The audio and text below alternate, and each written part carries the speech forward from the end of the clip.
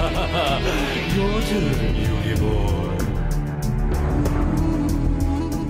What is up, guys? This is Lintheo coming at you with a discussion about pure decks being called pure when they're not pure. So if you don't know what I mean, there are decks that people call pure decks, like it's a pure Ghost Trick deck or it's a pure artifact deck. It kind of irritates me a little bit when people do this, when you actually look at the deck and it's not running only Ghost Trick or artifact cards. By definition, that's not pure if you're running non-Ghost Trick or non-artifact cards in. Now, to a certain extent, obviously certain decks, pure decks, will have maybe one or two cards thrown in that are off-themed. The generic spells and traps, for example, that doesn't really matter, that's fine. Like, it's very difficult to make a pure deck without using any of them. That doesn't technically go towards the status of what type of deck it is, because they're important cards that every deck needs to run, depending on what deck you need. But 9 times out of 10, all the decks are going to probably run the same cards in that essence. That's why they're needed, MST, so on and so forth, whatever. But when you start and I'm gonna reference Nimnim's video about Ghost Trick deck that topped, that was running Dark Creators and Tour Guides and Curry Bandits and a Ghost Trick engine, and it was being called a pure Ghost Trick deck. And I'm in agreement with him. That's not a pure Ghost Trick deck. That is an engine by default, because you only have a small amount of Ghost Trick cards. You then also have off-themed cards that get the deck going. That's where the power comes from. Ghost Trick have a lot of support cards and they were not being used. Fair enough, some of them are completely jank. But if you want to call it a pure deck, you need to have only Ghost Trick specific cards in there. Where's the mansion? Where are the trap cards? It's not a pure deck if you only run an engine of the deck. So as he said, Spectres, the Marys, like there are only specific amount of cards in there that were Ghost Trick. Then the rest were Tour Guys, Curry Bandits, Dark Creators. Like, I'm not ragging on the guy who topped, like fair enough that he topped,